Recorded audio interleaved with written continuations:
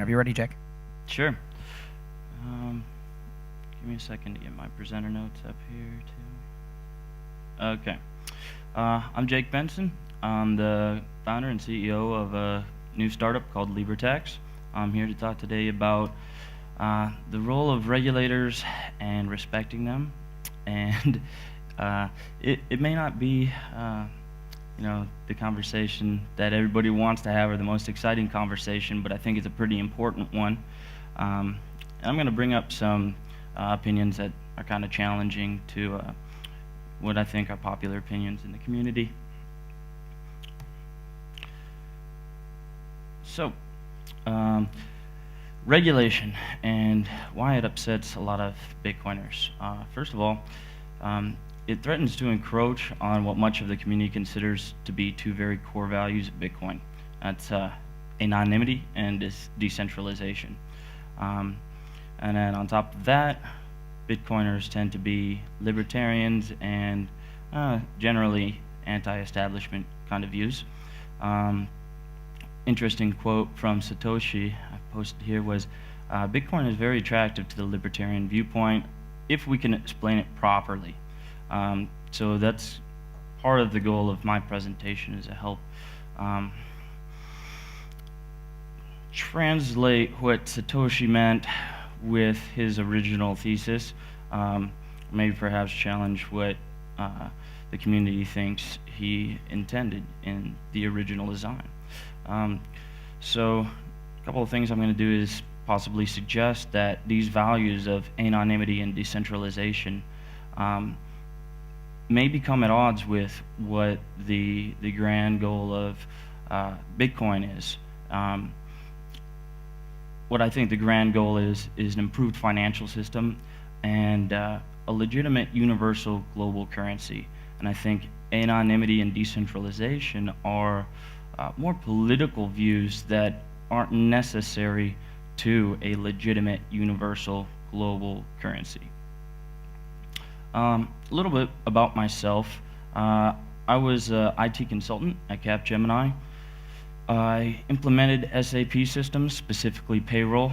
So I dealt with a lot of taxes, and I hate taxes, actually. It's funny that I'm doing a startup that accomplishes tax processing, but I can apply my expertise to the field. So what I did earlier this year was I was wondering ahead of time in January timeframe, how am I going to pay taxes on my Bitcoins? And I just did a simple Google search, and I didn't find very many resources and really no solid services that allowed or helped me to calculate what my obligation to the IRS was.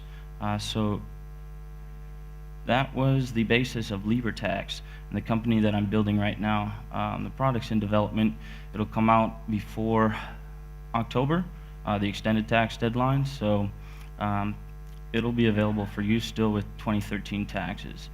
Essentially a tool to help you calculate capital gains. It's fully IRS compliant, follows the guidance that they recently issued. I believe it's counterproductive to maintain an anti-establishment attitude. Not that it's an incorrect attitude to have, but I think for the purposes of moving forward, it's not necessarily the best message for Bitcoiners to be sending to the public. How do we seek a balance between interest in reform with finances, but also compliance? I'm going to talk about what potential paths Bitcoin can take here in the relatively in the short term. It can either go the way of Napster, one of the previous peer-to-peer networking revolutions, or I think it can adjust to regulation, play by the rules, and become a legitimate global currency.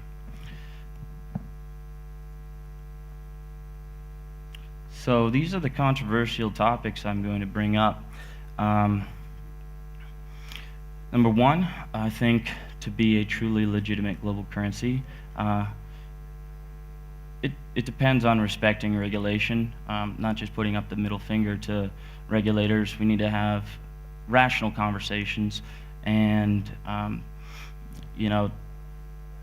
respect for regulations. It's not, it's just not productive to ignore regulators. The next thing, and I think it's more controversial, is that I don't believe anonymity and decentralization are lasting advantages of Bitcoin. Decentralization, I'll clarify a little bit more about later. And then government guidance up to this point around the world has actually been largely positive, I believe. It's disheartened a lot of people in the community, but I like to see it in a good light. So I'll go over a few things about what the government's done that I think is actually good news, and I think the Bitcoin community can definitely use some good news now. So first thing I'm going to do is make an analogy, and that's looking at a previous peer-to-peer networking idea called Napster. What is basically the modern version of Napster today, and I consider that to be Spotify, and how they relate to Bitcoin. I think Bitcoin is going to take one of either the Napster path or the Spotify path, where in the Napster path, it's going to be only a catalyst for the creation of a global currency, some other substitute that's not Bitcoin, if the Bitcoin community rejects the establishment and maintains a very anti-establishment attitude. Or B, you can take the Spotify path, and I think that's a more modern path, and adapt to the reality that regulations exist in modern society, and it itself becomes the global currency of the future. So the way I compare Bitcoin in its stage right now to Napster, it's a peer-to-peer solution, or Napster was a peer-to-peer solution. The basic problem it solved was easy access to unlimited music. Bitcoin is a peer-to-peer solution for a global currency with completely frictionless transfers. Napster, first of all, legitimately threatened the music industry, and soon enough the authorities became aware of that, and at that point in time Napster could have shut itself down, or the users could have decided it's not right to download music, but they kept downloading music, and Napster didn't change. Eventually Napster does get shut down by the government. Peer-to-peer technology lives on, and so does downloading music through peer-to-peer networks via torrents, but Napster itself died, essentially. So Bitcoin, in contrast, or not in contrast, is legitimately a threat to financial incumbents. Now authorities are aware of it, and the question is, how is Bitcoin and its users going to react to regulation? Are they going to refuse to acknowledge it? Are they going to file their taxes? Are they going to in what capacity will Bitcoin survive? Will it survive just in its soul, and a substitute digital currency takes its place that respects regulation, or does the Bitcoin community decide that legitimacy is a priority and continue that way? One of the things Satoshi, when you read his thesis, it's a purely technical thesis. He really didn't inject any politics into his vision. So that's something I think Bitcoiners may be making a mistake when they inject so much politics into what I think is just a technical revolution. It's technology. It doesn't necessarily have to be tied to a political agenda. I think it could possibly hurt it more than it helps it when it's tied to a libertarian agenda so fervently. So, Spotify, I think, is the modern solution to easy access to unlimited music. Well, if Bitcoin modernizes its idea of global currency with frictionless transfers, it's got to be completely legal. It's got to have law-abiding users. It's got to have mainstream adoption. And it does have to be centralized in certain aspects that improve the quality and usability. I just think that's the only path to true global revolution with digital currencies. In the end, Spotify is the legitimate, enduring solution to music consumption, whereas I think if Bitcoin wants to be the legitimate, enduring solution to digital money on a global scale, it's got to make a decision. It's only going to become a globally legitimate currency if the user base plays by the rules, and I think otherwise a legitimate substitute will arise in its place, a Spotify of Bitcoin. So I think we're kind of at a crossroads here,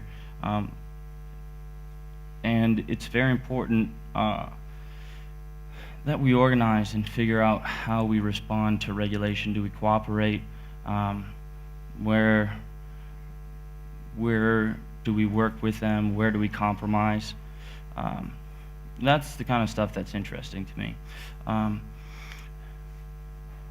think we should make an effort to increase the appeal of Bitcoin to regulators, and that's probably not what everybody wants to be spending their effort on, but I think it's important. So, letting go of anonymity and decentralization. It's probably not a very popular opinion, but I believe qualities like anonymity and decentralization, decentralization of the ecosystem. The protocol itself is decentralized no matter what. That's going to stay. But decentralization of power in the ecosystem, I think, will not. I think it's possibly counterproductive. Anonymity and ecosystem decentralization aren't in and of themselves value adds. So I'm going to put up a list here of the commonly accepted disruptive benefits of Bitcoin. So anonymous is one thing, decentralized, that it doesn't rely on third-party trust. Funds are freeze-proof. Nobody can get them unless they have the private key. Nobody can seize, including the government, nobody can seize your funds. It's globally universal. From an economics point of view, the velocity of money could potentially increase, which is a major disruptive benefit. And low transaction costs on top of that is major too. They're all major. I think some are more fleeting and some are more lasting. So my opinion is that in reality, in the long term, not all of these disruptive benefits can coexist. I think we have to compromise on a few of those. And that's what brings me to this slide. I think the fleeting advantages, what we love about Bitcoin right now, how it's anonymous and decentralized and nobody can get to your funds, I think those things will devolve out of the ecosystem over time. If we play by the rules and let regulators start to have an influence on our community. Things that I don't think will ever change, and I think Bitcoin can be successful without the previous advantages, but just alone, globally universal digital currency that increases the velocity of money because transactions happen instantly and low transaction costs. Those things alone will revolutionize global finance. So I think we have to be realistic and think about it's not going to be our perfect dream digital currency um, when regulators really get their hands on what's going on. They haven't had time to yet, but once they understand it and the threat it has to money laundering and the control of money supply,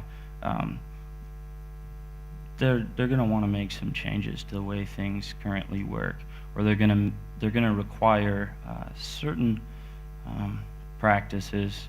KYC, AML is a pretty obvious one, but I think more on top of that. So talking about anonymity real quick, I want to ask the question, why is it so important? Unless you're involved in illicit activity, I think privacy is what's truly critical, not true anonymity. Rather, the opposite of anonymity is transparency in a way, and I think that's actually one of the unseen benefits of Bitcoin. The fact that we have a public ledger and that you can tie those to individuals could really revolutionize accounting, since this is all done in real time on a network that really can't be compromised. So to me, its transparency is actually a benefit that not a lot of people talk about. And when you think about it, true anonymity is not really in any way better than the current system unless you're involved in illicit activity. The standard argument is, you've got nothing to hide. Why do you care if anybody's looking? I don't necessarily agree with that, but if we have to make a compromise, I think it doesn't have to be perfectly anonymous. Either way, the government's going to find out what your transaction history is. It's better off that we build systems that allow them to see into Bitcoin transactions.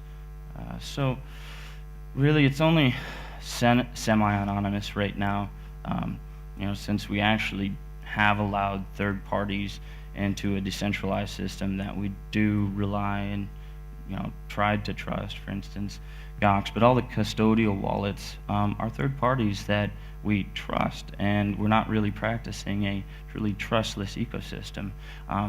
Especially Coinbase is one of the most popular wallets, and Circle's coming out. Those are custodial wallets. That's not true decentralization, and that seems to be the most mainstream and popular introduction for new users into Bitcoin, and I just don't think anonymity is what the mainstream will appreciate about Bitcoin in the long run. Decentralization, I think we have to distinguish between what a decentralized protocol is and a decentralized ecosystem. So it's definitely a decentralized protocol, but as I mentioned before, the ecosystem is really not. I think in theory we wanted it to be, but with the fall of Gox and exchanges that hold your private keys, they are central. Those are centralized entities within our system that we have to trust, and we haven't been able to trust them. So if you compare it to our current financial system, I don't think it's really any less centralized, besides the fact that the money supply is fixed. Talk about government regulation now. And what could possibly be some good news? The community's in need of some good news. I believe the only way we can get what we want in the long run is to accept and play by the rules. So some unrealistic opinions I see floating around a lot, I believe they're unrealistic. They might be, but one is government should consider Bitcoin a currency. Just by basic definition, I don't think it really is. And it's also not necessary to the success. It's kind of immaterial to the entire argument. It's a little bit distracting when it's technically considered. Government shouldn't tax Bitcoin. I don't think that's realistic. Government wants to outlaw Bitcoin. That's actually rare. And government cannot shut down Bitcoin is another opinion I see floating around quite often. And people said that about Silk Road before it got shut down. There's always a way to shut something down, even if it's designed perfectly. So I think we should forget this debate between currency, property, commodity. The definition of currency is coin and paper money of any country that is designated as legal tender and that circulates as customarily used and accepted as a medium of exchange in the country of issuance. That's not what Bitcoin is.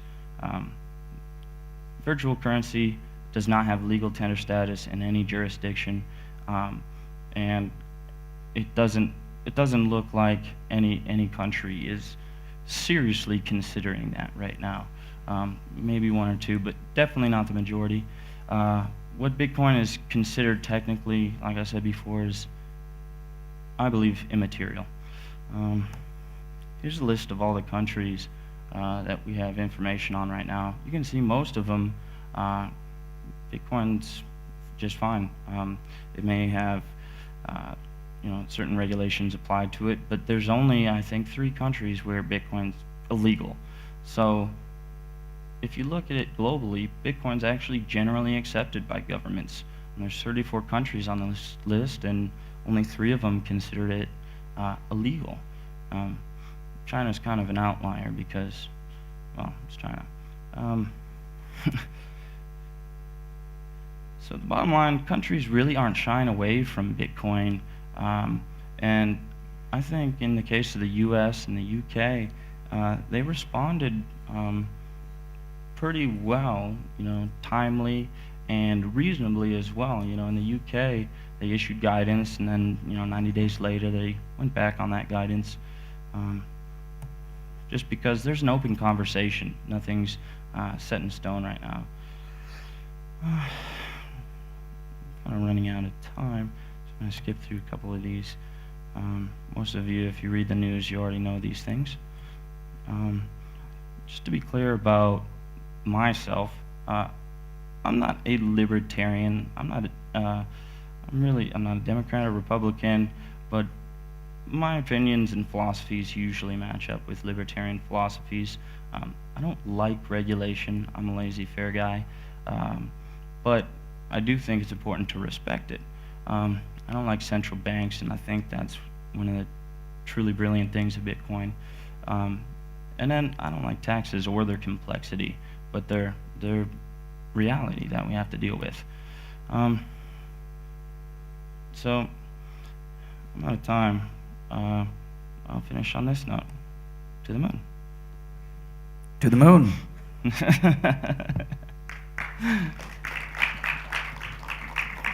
Is there any questions? We may have time for one.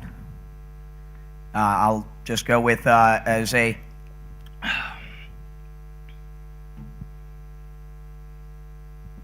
And please forgive me for asking a difficult one, but I think the underlying philosophy is really, really important in life. And I have a question for you. You're talking about how we need to respect regulations and these sorts of things. Yeah. Do you think that a group of people getting together and writing down words on a piece of paper alter morality? And if they write down something in contrary to the current morality, does that change morality? And should we obey the regulations that they create by writing down words on a piece of paper? Yeah, that's always a good debate, is what is the difference between the law and what is ethical. And there's kind of like a balance you have to strike. And I don't think the extreme in any one direction is the right way to respond. Yeah, it's the difference between what do you, it's a personal opinion. Do you fall back to your ethics at any cost, or do you obey the law? That's a personal thing.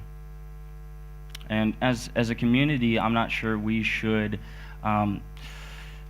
pick a stance necessarily and broadcast to the public as the Bitcoin message. I think the Bitcoin message is this is technology. It doesn't have an opinion. It's just a great technology.